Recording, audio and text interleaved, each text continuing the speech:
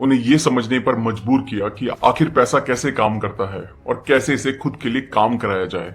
Author को बार बार एक जैसी सलाह मिली और उन्होंने पाया कि ये सलाह इसलिए कोई नहीं मानता क्योंकि ये काम नहीं करती है। ये किताब आपकी मदद करती है ये पहचानने में कि आपका पैसा कहाँ जा रहा है और कैसे इससे अपने लिए काम कराया जाए। ये 6 हफ्तों का प्रोग्राम आपको बताता है कि कैसे एक सिस्टम बनाया जाए जो आपके बिल पेमेंट्स, सेविंग्स और इन्वेस्टमेंट को सुधारे, ताकि आपका पैसा हर महीने 1 घंटे से कम वक्त की मेंटेनेंस में सभी सही जगह पर जाए। ये किताब उन लोगों के लिए बेहतरीन है जो अपने फाइनेंसेस को अच्छे तरीके से हैंडल करना चाहते हैं। ये समरी इस किताब के 6 हफ्तों के प्रोग्राम को समझाएगी। फर्स्ट वीक में आपके क्रेडिट कार्ड को सुधारने पर ध्यान दिया जाएगा।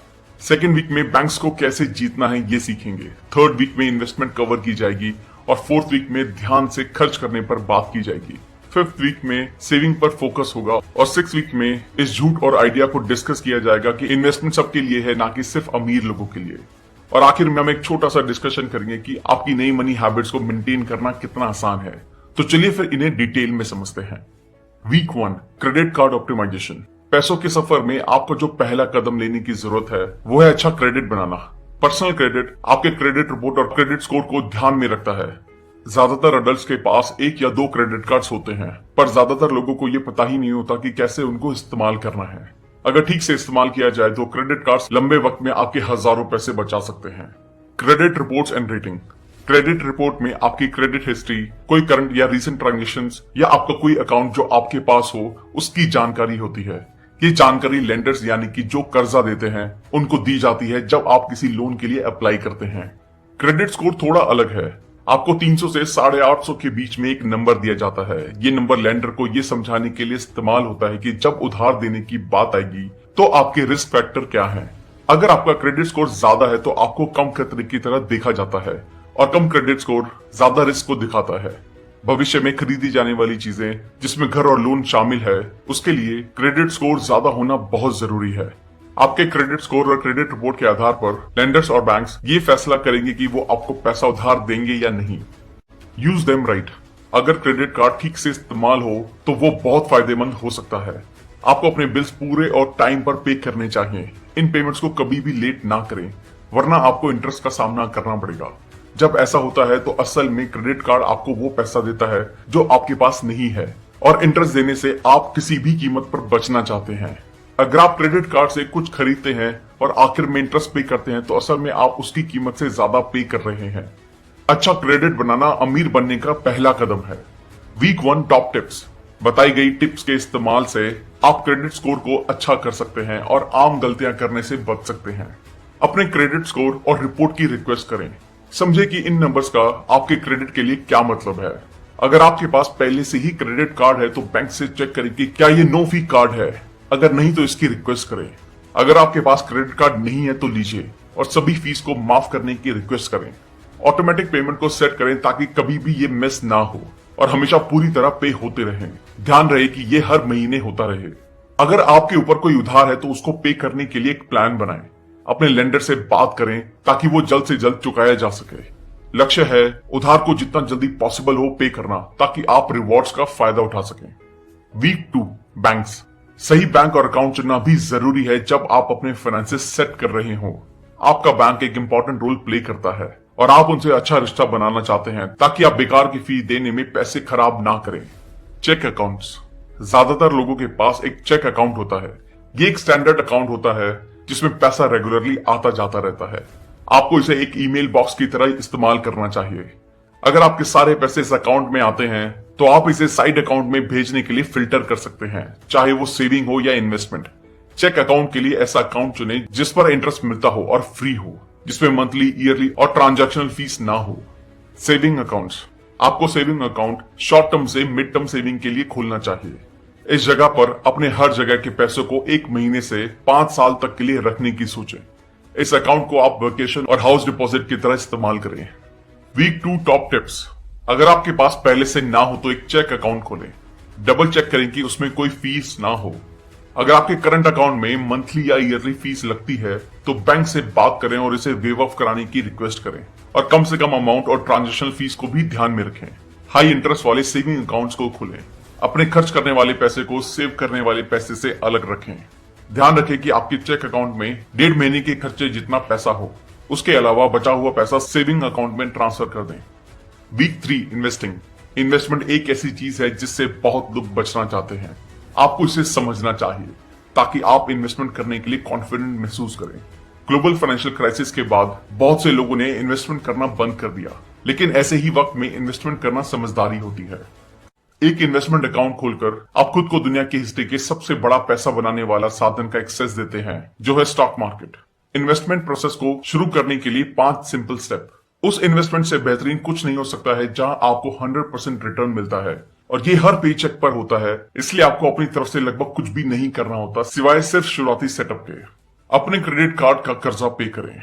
एक बार ये हो जाए, आपके पास इन्वेस्ट करने के लिए ज्यादा पैसा होगा। इसको पे करने का प्लान बनाने के लिए वक्त लें। आपको एक अलग इंडिविजुअल रिटायरमेंट अकाउंट या इन्वेस्टमेंट फंड भी खोलना चाहिए। एम है आपकी पोस्ट टैक्स इनकम में जितना हो सके कंट्रीब्यूट करना। अगर कोई पैसा बचता है तो इसे अपनी सेविंग अकाउंट में डाल दें।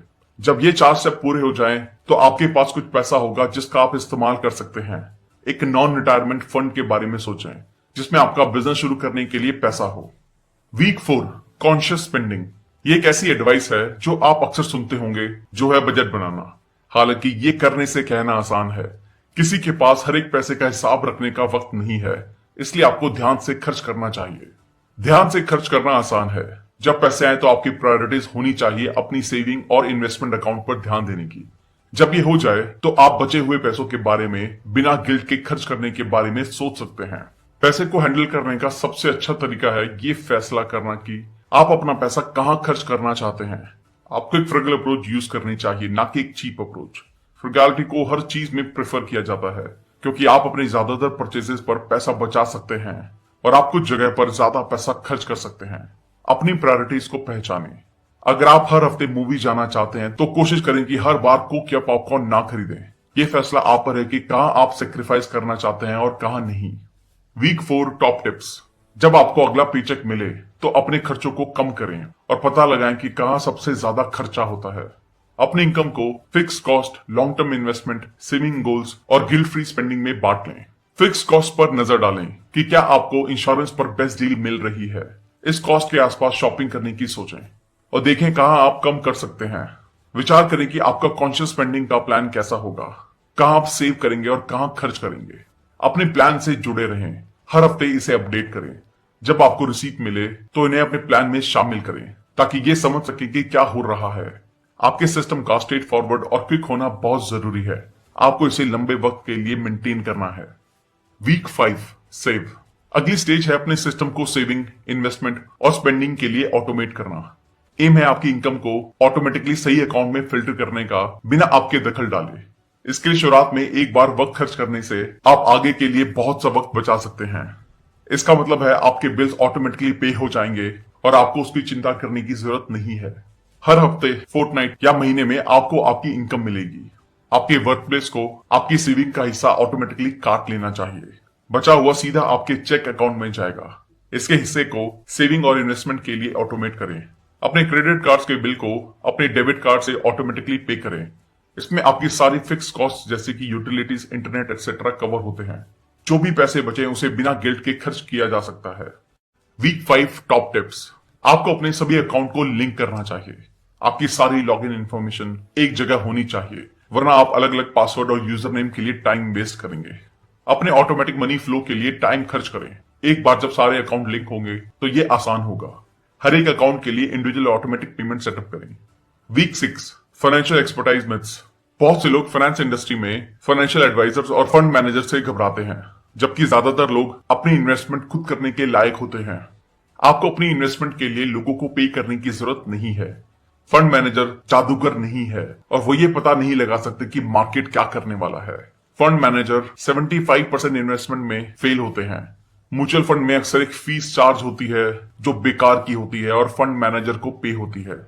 इंडेक्स फंड कम फीस के साथ ज्यादा अच्छे रिजल्ट दे सकते हैं, इसलिए पंडितों के अनुमान को अनदेखा कीजिए। पिछले 1-2 सालों के फंड की परफॉर्मेंस को भी इग्नोर कीजिए। शॉर्ट टर्म फंड में एक फंड मैनेजर अच्छा परफॉर्म कर सकता है, पर ये लॉन्ग टर्म में कभी मार्केट को हरा नहीं सकते हैं। ये फीस, एक्सपेंसेस और मैथमेटिकल प्रोबेबिलिटीज पर आधारित होता है, जो स्टॉक चुनते वक्त सामने आते हैं। यह वीडियो रीडर्स बुक क्लब का है। धन की मानसिकता विकसित करने का मतलब ये है कि आप पैसे को केवल खर्च करने या बचत करने की चीज़ न समझें, बल्कि इसे अपने जीवन में एक प्रभावी साधन मानें। सही सोच आपको पैसे के प्रति सकारात्मक दृष्टिकोण अपनाने में मदद करती है। इसके तहत धन का उद्देश्य समझें कि पैसा आपके लक्ष्यों और इच्छाओं को पूरा करने में मदद करने का एक साधन है, न कि स्वयं एक लक्ष्य। अपनी प्राथमिकताओं को पहचानें और उन पर ध्यान केंद्रित करें। लक्ष्य निर्धारण, स्पष्ट वित्तीय लक्ष्य बनाएं, चाहे वह घर खरीदना हो, यात्रा करना हो या जल्दी रिटायर होना हो। इसके आधार पर अपनी योजना बनाएं। धन का सम्मान करना, पैसे की कद्र करना सीखें और इसे समझदारी से प्रबंधित करें। गैर ज़रूरी खर्चों से बचें और अपने खर्चों का मूल्यांकन करें। धन की वृद्धि पर ध्यान दें, केवल पैसे बचाने पर ही नहीं,